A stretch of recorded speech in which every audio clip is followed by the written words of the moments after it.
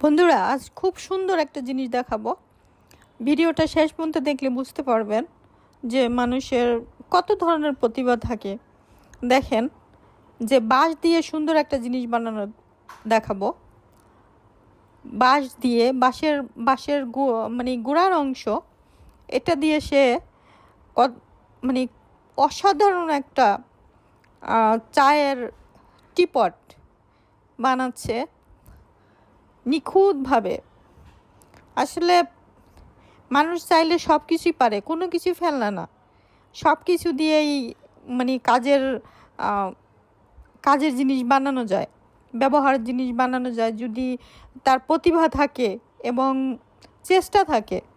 বিশেষ করে চেষ্টা করতে হবে, চেষ্টা করলে সব কিছু হয়। ভিডিওটা এত সুন্দর লাগছে আমার। ভিডিওটা যদি ভালো লাগে একটা লাইক কমেন্ট শেয়ার দিয়ে পাশে থাকবেন, একটা ফলো দেবেন প্লিজ। জানি না, আমি নতুন তো, আমার ভয়েস কেমন হয় আমি জানি না, বলতে পারি না, ক্ষমা দৃষ্টিতে দেখবেন।